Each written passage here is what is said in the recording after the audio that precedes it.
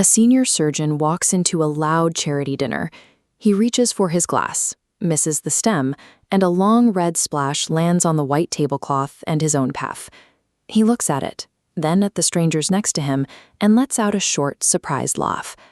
Within 10 minutes, half that table feels closer to him than to the polished founder sitting 2 seats down. The founder has said all the right things. He is also the loneliest person in the room. That moment is not luck. It's an instinct we often get wrong.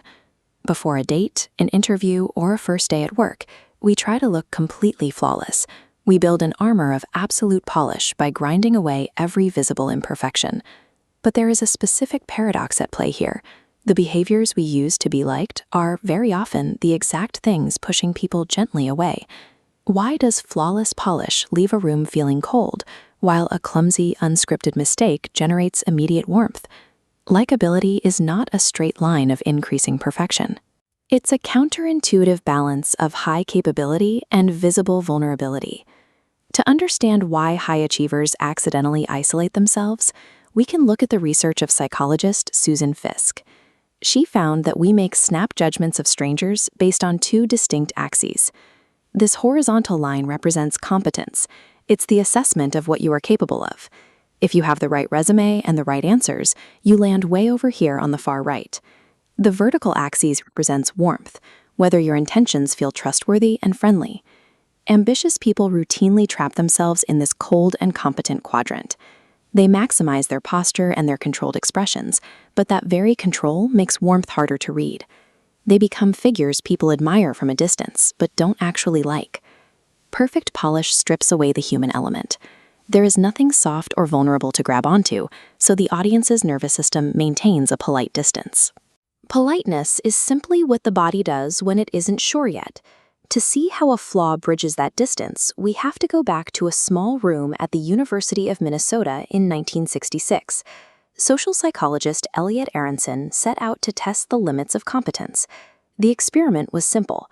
48 students listened to a tape recorder playing a candidate interviewing for a college quiz bowl team, a competitive trivia circuit. The baseline candidate was frighteningly good. He answered 92% correctly, was a track star, and an honor roll student. The students respected him, but they didn't necessarily feel close to him. Then Aronson added a tiny variable. In half the recordings, near the end of the interview, you hear a chair scrape and a cup tip over.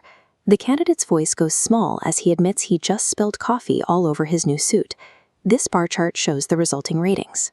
The competent man who spilled his coffee was rated significantly more attractive and likable than the competent man who didn't. Think of likability as a room with 2 doors.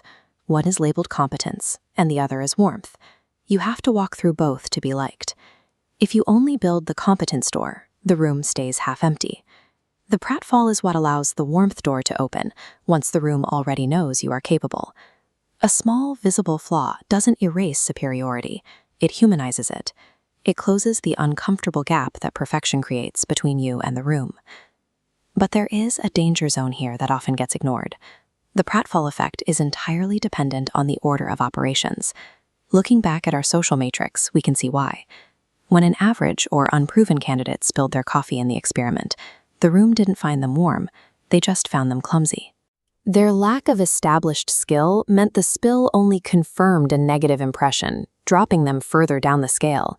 You must establish baseline competence first. Fake clumsiness or forced vulnerability from a stranger doesn't build warmth, it actively cools a room down. The practical shift is simple. You don't need to perform clumsiness. You just need to stop pre-editing yourself into an impenetrable surface. When you forget a name or trip on the rug, stop blocking the human moments that are already trying to come through. The surgeon at the charity dinner won the room because his title had already established his capability. The wine spill was allowed to be a warmth builder because the room already knew he belonged there. The human brain demands a paradox. It needs proof that you are highly capable, but it also needs to see you bleed just enough to know there is a real person inside the armor. Show the work first. Let the small slip happen second. The warmth follows by itself.